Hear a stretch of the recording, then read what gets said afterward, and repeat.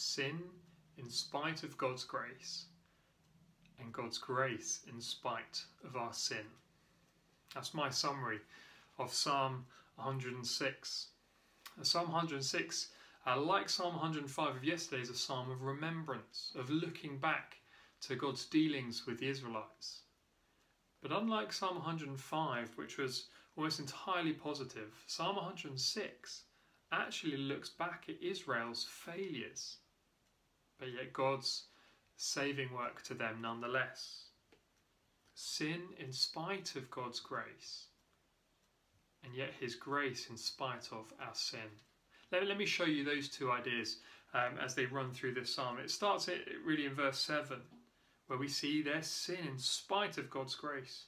When our ancestors were in Egypt, they gave no thought to your miracles. They did not remember your many kindnesses, and they rebelled by the sea, the Red Sea. They sinned despite his kindness, his grace, the things that he had done for them. And yet, verse 8, yet he saved them for his name's sake, to make known his mighty power.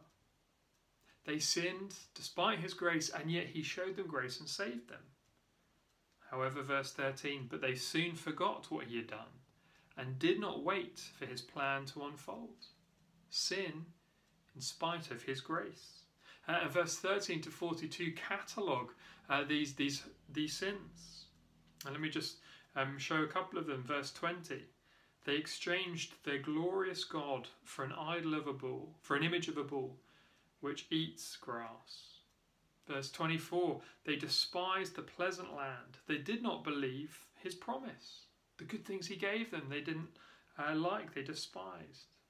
Verse 34, they did not destroy the peoples as the Lord had commanded them, but they mingled with the nations and adopted their customs.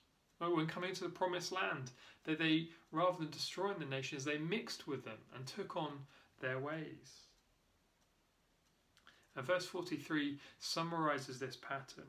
Many times he delivered them, but they were bent on rebellion, and they wasted away in their sin.